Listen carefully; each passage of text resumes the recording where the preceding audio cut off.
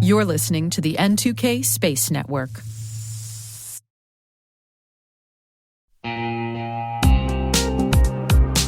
Risk and compliance shouldn't slow your business down. Hyperproof helps you automate controls, integrate real-time risk workflows, and build a centralized system of trust so your teams can focus on growth, not spreadsheets. From faster audits to stronger stakeholder confidence, Hyperproof gives you the business advantage of smarter compliance. Visit www.hyperproof.io to see how leading teams are transforming their GRC programs.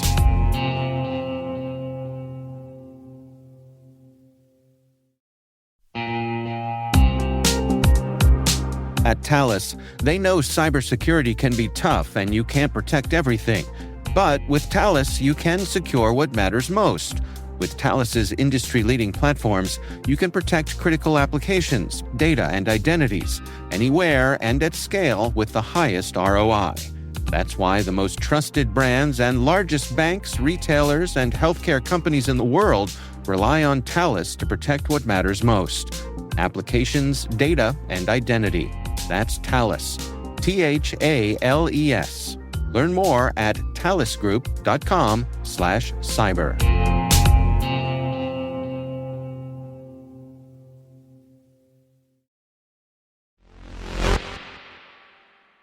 Today is October 31st, 2025. Happy Halloween.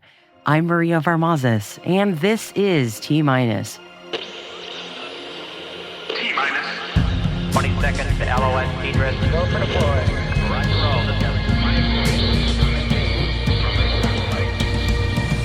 5. Momentus has announced that it plans to launch DeFi's Clustergate 2 payload in early 2026. 4. Rendezvous Robotics and StarCloud are going to explore integration of Rendezvous's modular assembly systems with StarCloud's orbital power generation and thermal management platform. 3. Space infrastructure company Catalyx Space has raised $5.4 million in an oversubscribed seed funding round. 2. Luxembourg telecommunications company Orbitz IQ Global has acquired Unio Enterprise. 1. The European Space Agency is establishing its first hub in Asia with a new office in Tokyo, Japan. 0.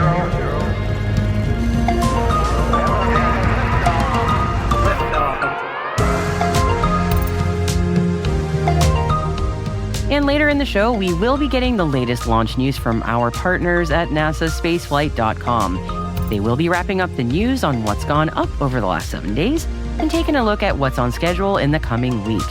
Stick around for more on that after today's intelligence briefing.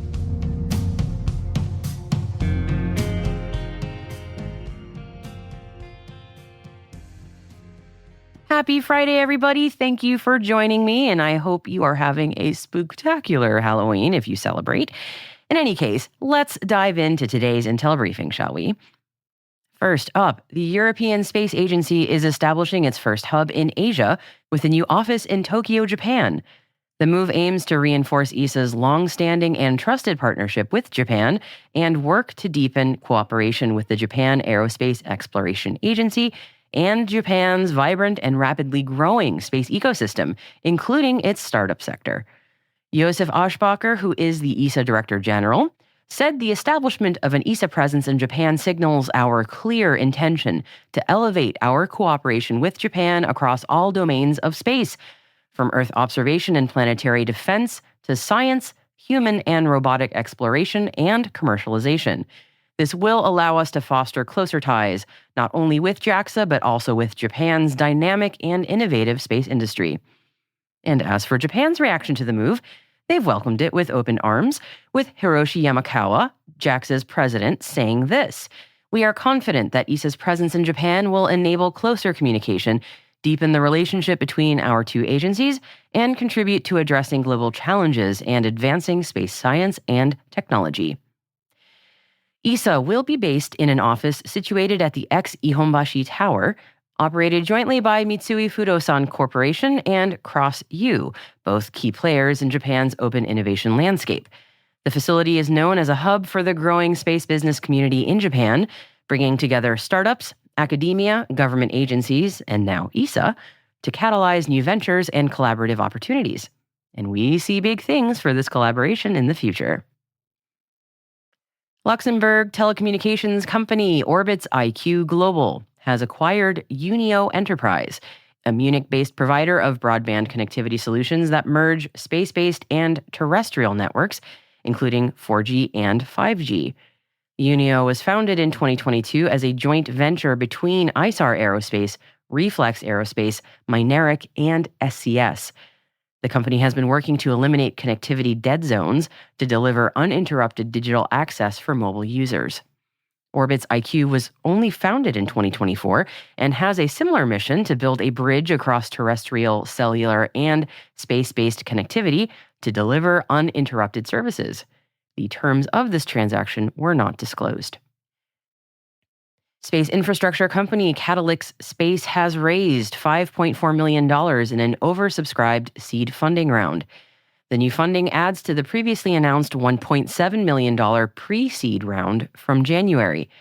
Catalyx has already conducted their first successful capsule drop test within an accelerated 6-month timeline. The company says that the new funds will be used to commercialize their next-generation re-entry architecture, bolster overseas operations, and expand global customer acquisition capabilities. Rendezvous Robotics and StarCloud have signed a memorandum of understanding to explore integration of Rendezvous's modular assembly systems with StarCloud's orbital power generation and thermal management platform. The partnership is one of the first efforts to use autonomous in-space construction to build orbital computing at scale. The companies see it as a foundational step towards realizing gigawatt-scale data centers and power infrastructure in orbit. Under the agreement, the companies will explore technical pathways and commercial modules for next-generation orbital architectures supporting high-performance computing, communications, and energy applications. The collaboration includes joint assessments of Rendezvous's self-assembling solar arrays and thermal radiator technologies, with potential for future flight demonstrations validating combined systems in orbit. Momentus has announced that it plans to launch DeFi's ClusterGate 2 payload in early 2026. The payload will travel aboard its Vigoride 7 orbital service vehicle to deliver dynamic compute capabilities in orbit. The ClusterGate 2 mission will focus on software payloads to enable the deployment and operation of software applications throughout the mission lifecycle, which DeFi hopes will unlock new opportunities for real-time and autonomous data processing from orbit. Momentus's Vigoride 7 launch is targeted for early 2026 aboard a SpaceX Falcon 9 rocket.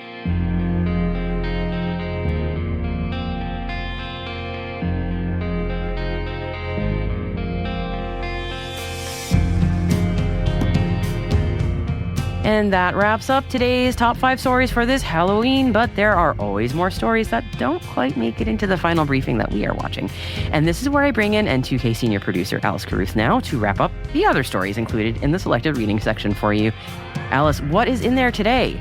Thanks, Maria. We've included a write-up on the 25th anniversary of the International Space Station and the results of, really warnings that have come out of ESA's tabletop exercise on whether satellites will survive the largest solar storm recorded.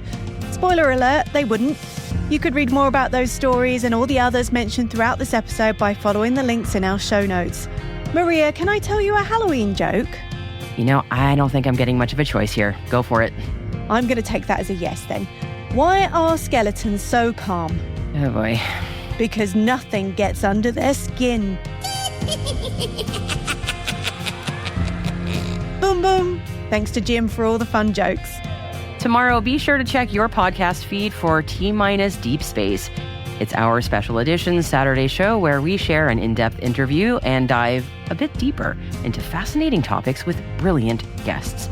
And on T- Deep Space tomorrow, we have Professor Min-Kwan Kim joining me, and we will learn a lot more about what we know about the effects that satellite reentries are having on our atmosphere, what questions still need investigation, and how the space industry can play an important role in furthering our understanding here. And that is on T-Minus Deep Space tomorrow. You definitely do not want to miss it.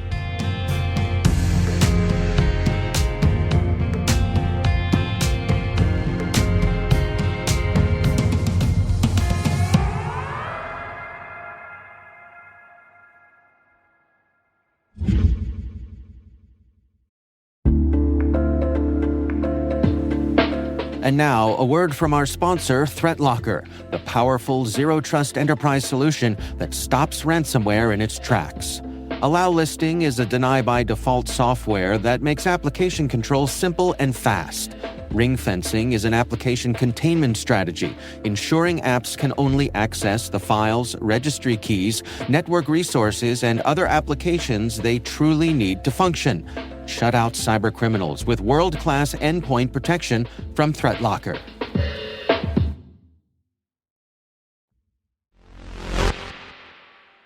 I will hand you over now to the space traffic report from our partners at nasaspaceflight.com. I'm Alicia Siegel for NSF, and this is your weekly space traffic report for T-Minus Space. Kicking off the week, we had the launch of a Falcon 9 on October 25th at 1420 UTC from Space Launch Complex 4 East in California. The rocket was carrying 28 Starlink V2 mini satellites into low Earth orbit. The first stage, B-1081, was flying for a 19th time, and as usual, it successfully landed on SpaceX's drone ship, Of Course I Still Love You. This week, we also had the first launch of Japan's HTV-X cargo spacecraft to the International Space Station. Liftoff occurred on October 26th at midnight UTC from the iconic Tanegashima Space Center in Japan. The launch was not only the first launch of HTV-X, but also the first launch of the H3 rocket with 4 solid rocket boosters, as well as the wider 5.4-meter fairing built by Beyond Gravity, the same company that provides fairings for Vulcan, Terran R, and Ariane 6. This new fairing has a hatch as part of its design, allowing for late loading of cargo on board HTV-X while on the pad. The HTV-X is the successor to Japan's HTV cargo spacecraft, which supplied the ISS on 9 missions between 2009 and 2020. Both cargo vehicles were developed by Mitsubishi Heavy Industries, which also developed the H3 rocket that launched the craft last week. The HTV-X is a significant redesign that was once hoped to fly by 2021.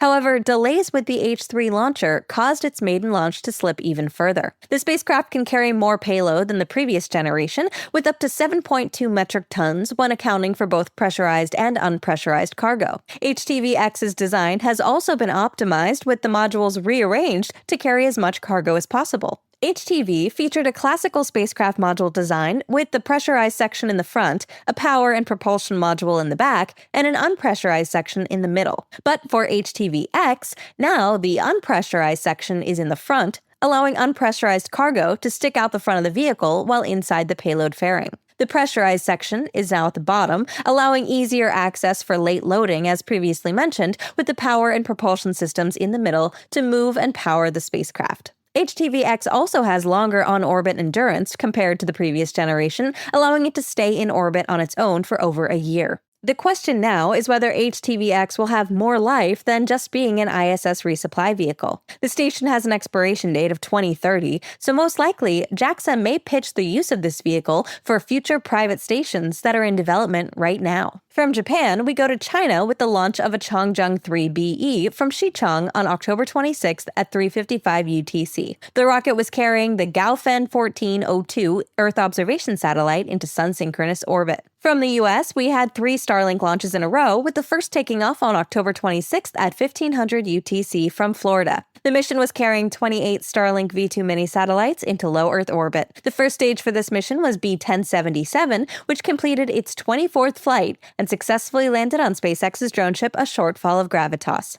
The following Starlink launch happened from Vandenberg on October 28th at 43 minutes past midnight UTC, with another 28 Starlink V2 mini satellites on board. But if you do the math, that's just a bit over 2 days since the previous SpaceX launch from Space Launch Complex 4 East at Vandenberg. If you remember, on our last space traffic report, we mentioned that SpaceX had broken their turnaround record at that pad, and Well, it happened again this week. The record set last week was 2 days, 28 hours, 52 minutes, and 20 seconds between flights. And unbelievably, this week, the new record is about 8.5 hours faster at 2 days, 10 hours, 22 minutes, and 59 seconds. SpaceX has been trying to lower the maintenance and reduce the turnaround time from its launch pads for a few years now. And for a long time, Space Launch Complex 40 in Florida was the winner. And it still is the winner, but now with this latest record, SpaceX's Vandenberg teams are just 3 hours away from the Florida record. I wonder if they have an internal race going on for that. All of these records are obviously enabled by Falcon 9's reusability, and for this mission, SpaceX flew booster B-1082 on its 17th mission. The booster successfully landed on the deck of Course I Still Love You, which was also turned around in record time. According to SpaceX's Vice President of Launch, Kiko Donchev, the drone ship arrived at the landing zone just 15 seconds before propellant load start, really cutting it close. Continuing with the SpaceX steamroller, there was another Starlink launch from Florida on October 29th at 16:35 UTC. The mission, supported by booster B-1083 on its 15th flight, successfully carried 29 Starlink V2 mini satellites into orbit. China has launched its 10th crew to the Tiangong space station, who are due to arrive just before this is published. This was the 16th crew spaceflight for the Shenzhou program, which has continuously occupied China's orbiting outpost since June of 2021. Shenzhou 21 is commanded by Zhang Lu, who previously visited the station as part of the Shenzhou 15 crew almost 3 years ago. He's joined by flight engineer Wu Fei, who became the youngest taikonaut to fly at the age of 32. Payload specialist Zhang Hongzhang completes the trio.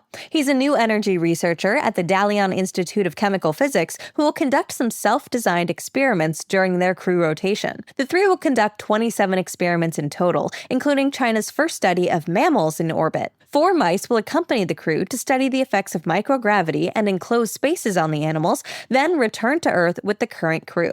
The Shenzhou 20 crew will depart the station in early November after a handover ceremony and about a week together. They're currently expected to land at the Dongfeng landing site in North China's Inner Mongolia Autonomous Region around 12:30 UTC on November 5th. During his most recent stay, Commander Chen Dong became the first taikonaut to spend over 400 days in space. He also earned another distinction for the most spacewalks conducted by a taikonaut when he took his 6th outing in August. His crew also matched the record of 4 spacewalks, first set by Shenzhou 15, adding further protection against space debris. Depending on their departure date, they may even beat the record for the longest single mission duration, currently set at 192 days by Shenzhou 18 last year. China and Pakistan have also begun the selection process of Pakistani astronauts who will train alongside taikonauts, one of whom will become the first foreign astronaut to visit the Tiangong space station. The launches will keep on coming next week, with several Starlink launches expected from SpaceX. The company also aims to launch the Bandwagon 4 rideshare mission from the Cape, which will include a return of the booster back to the Cape. So if you're in the area,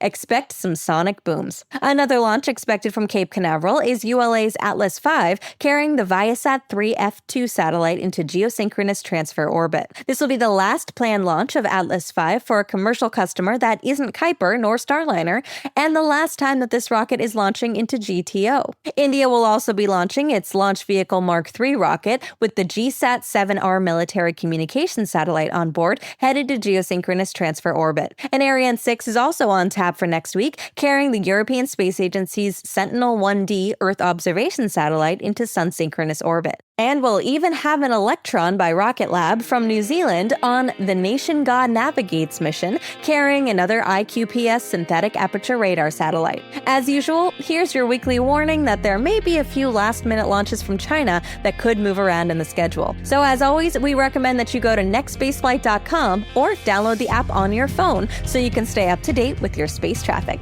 I'm Alicia Siegel for NSF, and that's your weekly Space Traffic Report. Now back to T-Minus Space.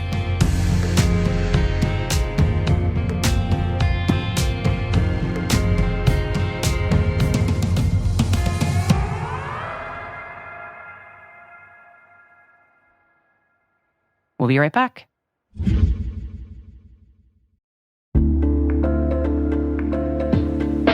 What's your 2 a.m. security worry? Is it, do I have the right controls in place? Maybe, are my vendors secure? Or the one that really keeps you up at night, how do I get out from under these old tools and manual processes?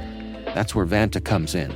Vanta automates the manual work so you can stop sweating over spreadsheets, chasing audit evidence, and filling out endless questionnaires. Their trust management platform continuously monitors your systems, centralizes your data, and simplifies your security at scale. And it fits right into your workflows, using AI to streamline evidence collection, flag risks, and keep your program audit ready, all the time.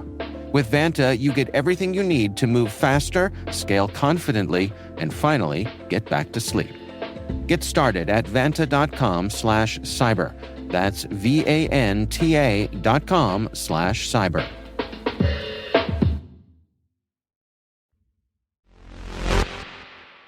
Welcome back. Here in the last story of the show, I often like to give a shout out to citizen science opportunities, where we all can pitch in and help advance our understanding of the cosmos. It's cool, right? And what a lovely bookend to some of that with this news today, that possibly 2 new asteroids have been spotted thanks to one Siddharth Patel of London, Ontario, who was participating in the International Astronomical Search Collaboration. The Minor Planet Center has said that these 2 asteroids, 2024 RH39 and 2024 RX69, are indeed provisional discoveries in the asteroid belt between Mars and Jupiter. That said, it could take up to a decade for the actual verification process to be complete. And if verified, the original discoverer can suggest names for these asteroids. Now, Siddharth, who also goes by Sid, well, he's got plenty of time to think about possible names. I should mention right now that Sid is 12 years old, and he is absolutely astronomy obsessed and basically entirely self-taught too, with his own telescope and everything. Shout out to his YouTube channel, Astro Sid Space, where he shares his astrophotography and reviews his favorite scopes. And while Sid waits on the asteroid verification processes, he is working hard at achieving his dream of becoming an astronaut. He has already joined the Royal Canadian Air Cadets to get his piloting skills, and I am sure the Canadian Space Agency would absolutely love to have him on the team. One day, here's hoping that we will be hearing the name Siddharth Patel, along with other great Canadian astronauts like Chris Hadfield and Jeremy Hansen. In the meantime, keep dreaming big and working hard, Sid, and if you can believe it, you can achieve it.